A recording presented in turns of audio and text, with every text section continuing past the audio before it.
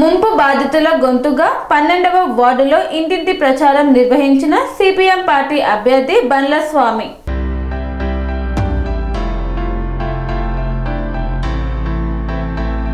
సిద్దిపేట జిల్లా గజ్వేల్ ప్రజ్ఞాపూర్ మున్సిపాలిటీల్లో జరుగుతున్న మున్సిపల్ ఎన్నికల్లో సిపిఎం పార్టీ జిల్లా కార్యదర్శి వర్గ సభ్యులు సందబోయినతో కలిసి ఇంటింటి ప్రచారం నిర్వహించారు. 12వ వార్డు సిపిఎం పార్టీ కౌన్సిలర్ అభ్యర్థి బండ్ల స్వామి మాట్లాడుతూ మల్లన్న సాగర్ ప్రాజెక్టు కోసం భూములు, ఇల్లు కోల్పోయిన 14 ముంపు గ్రామాల ప్రజలకు ఇప్పటికే న్యాయం జరగలేదని ఆయన పేర్కొన్నారు. ముంపు గ్రామాల ప్రజలను R&R కాలనీలకు తరలించి గత ప్రభుత్వాలు నిర్లక్ష్యం చేశాయని విమర్శించారు. మున్సిపాలిటీ ఎన్నికల్లో ముంపు గ్రామాలను 6 వార్డులుగా విలీనం చేయడంతో ఏటిగడ్డ, కృష్ణాపూర్ 12వ వార్డు పరిధిలో నివసిస్తున్న ముంపు బాధితుల సమస్యలను ప్రాతినిధ్యం వహించేందుకు తాను ఈ ఎన్నికల్లో పోటీ చేస్తున్నానని తెలియజేశారు.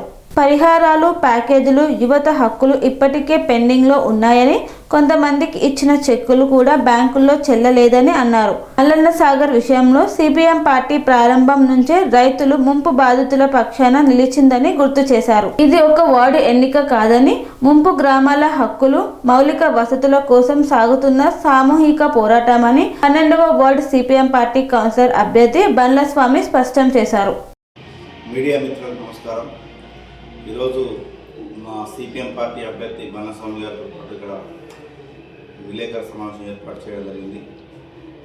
మిత్రులారా, సిపిఎం పార్టీ ప్రజల కోసం, కష్టజీవుల కోసం, పేద రక్షణ పోరాడుతున్న పార్టీగా సిపిఎం పార్టీ ఉంది. ఎన్నికల కోసం కాకుండా ఎన్నికల అనంతరం కూడా నిరంతరం ప్రజల సమస్యల మీద పోరాడుతున్న జెండా మరి ఎర్ర జెండా సిపిఎం పార్టీ జెండా. ఆ విధంగా మరి గజ్వేల్ పట్టణంలోని 12వ వార్డులో సిపిఎం పార్టీ అభ్యర్థిగా మా బండ్ల స్వామి గారు పోటీ చేస్తూ ఉన్నారు. సుత్తి కూడా నక్షత్రం గుర్తుకు ఓటేసి గెలిపించాల్సిన మేము విజ్ఞప్తి చేస్తూ ఉన్నాం. ఇతర పార్టీలు అవకాశవాద రాజకీయాలకు పాల్పడుతూ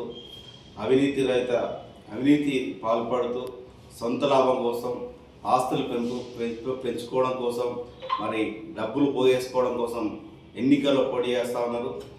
అదేవిధంగా అవినీతి ప్రోత్సహించడం కోసం కూడా వాళ్ళు ఎన్నికల్లో పోటీ చేయడం జరుగుతూ ఉంది.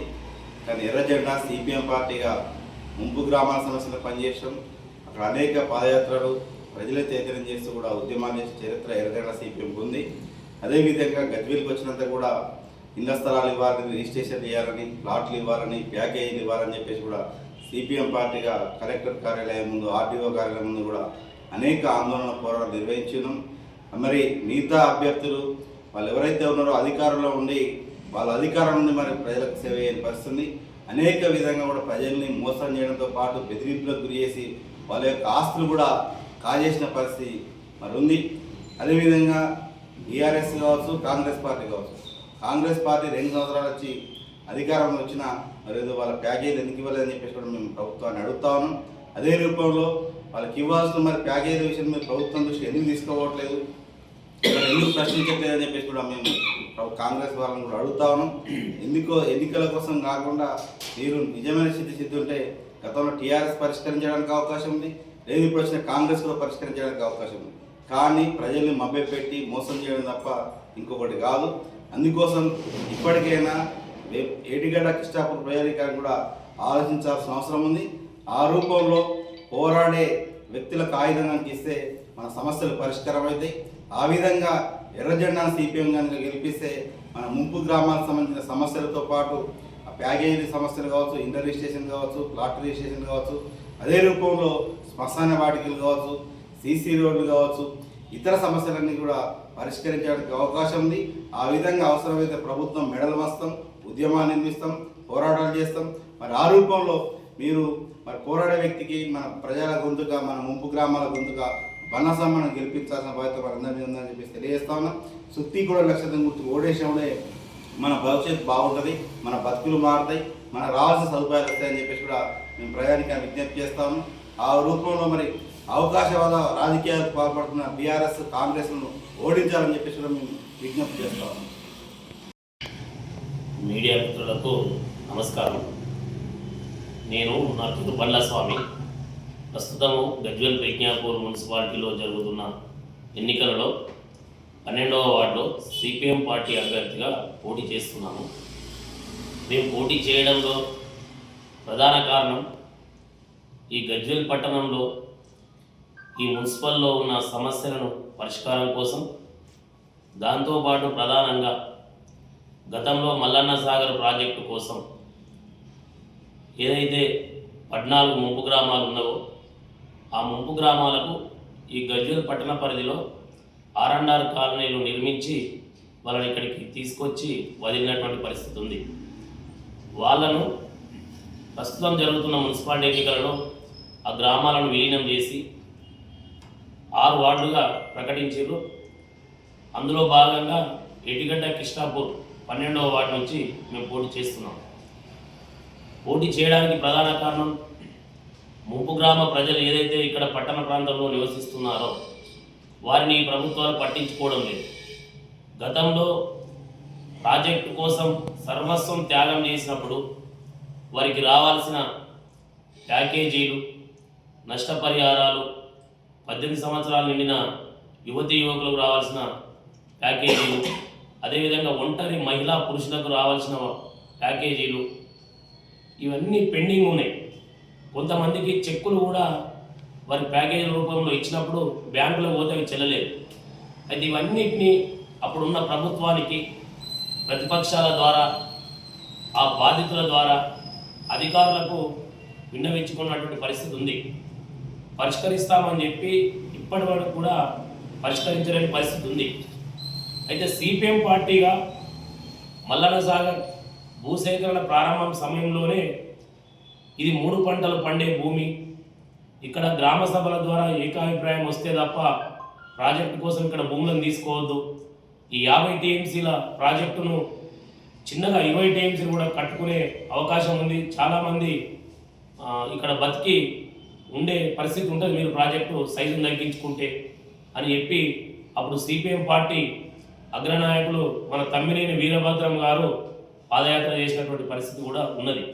అదేవిధంగా సిపిఎం పార్టీ తరఫున ఒక 3 నాయకులను అక్కడ ఉన్న ప్రజలను చైతన్యం చేయడానికి జయరాజన్నను, మల్లేశం అన్నను, భాస్కర్ అన్నను కూడా పెట్టి ఈ భూ సేకరణలో ప్రజలను చైతన్యం చేయడానికి ప్రతి గడప గడపకు, ప్రతి గ్రామానికి పాదయాత్ర ద్వారా కూడా చెప్పడం జరిగింది.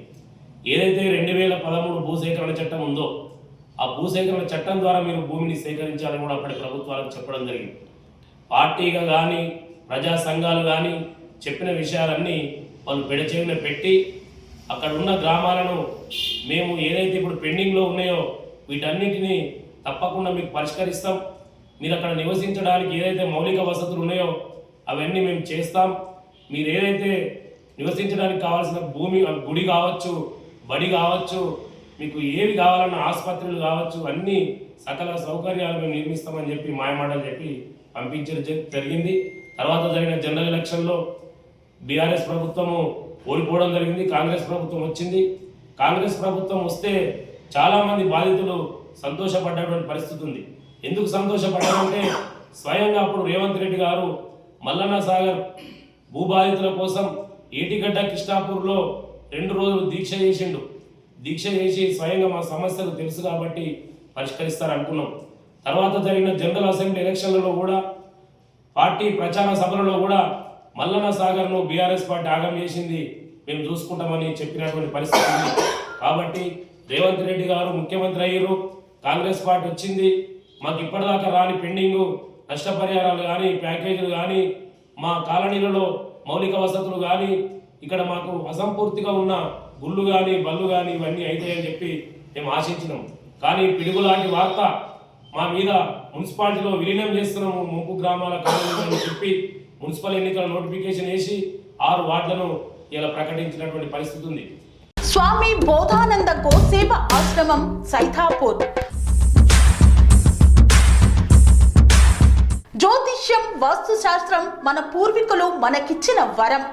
దుర్గాదేవి, కాలభైరవ ఉపాసనతో వాక్సిద్ధి పొందిన శ్రీ శ్రీ బోధానందగిరి స్వామివారు మీకు ఎలాంటి సమస్యలున్నా వాటిలో ముఖ్యంగా ధన నష్టం, ఆరోగ్య నష్టం, భార్యాభర్తల మధ్య గొడవలు, ప్రేమించుకున్న వారు దూరం అవడం, ఎన్ని సంబంధాలు వచ్చినా పెళ్లి ముడి పడకపోవడం, రోడ్డు ప్రమాదాలు, అప్పుల బాధలు, వ్యవసాయంలో నష్టాలు, పెద్దల మాట పిల్లలు వినకపోవడం, ఆరోగ్య శాంతి, గృహశాంతి, మనశ్శాంతి లేకపోవడం, ఇలాంటి సమస్యలు ఉన్నట్లయితే ఒక్కసారి స్వామీజీని కలవండి.